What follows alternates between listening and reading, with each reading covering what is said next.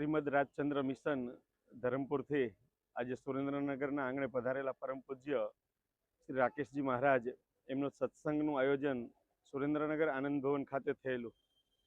હજારો ભાવિક ભક્તો ભાઈઓ બહેનો આ આયોજનમાં આ કાર્યક્રમમાં ઉપસ્થિત હતા। પૂજ્ય ગુરુદેવને સાંભળીને ખરેખર ખૂબ જ આનંદ થયો। માણસનું ખરેખર જીવન પરિવર્તિત થઈ જાય એ પ્રકારે ગુરુદેવે પોતાની વાણી સ્વરૂપે સૌને ઉદ્બોધન કર્યું। સાથે સાથે ગુરુદેવે 5 પ્રકારની જે વાત કરી કે દરરોજ થોડા થોડા ડાયા થાવ, દરરોજ થોડી થોડી ગંભીરતા ઓછી કરો અને દરરોજ પરિવારને સ્નેહ કરો।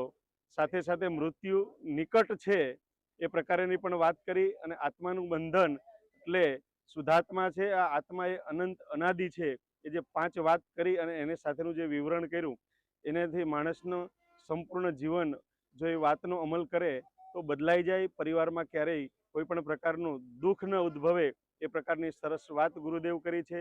વિશેષ ગુરુદેવે ની પ્રેરણાથી જે સુરેન્દ્રનગર સીયુસા હોસ્પિટલ જેઓએ હસ્તગત કર્યા પછી આજે જે હોસ્પિટલમાં જે દર્દીઓને સરસ મજાની સારવાર મળી રહી છે, ખૂબ જ નજીવી રીતે એ સારવાર થઈ રહી છે અને લોકોમાં પણ એનો ખૂબ જ આનંદ છે।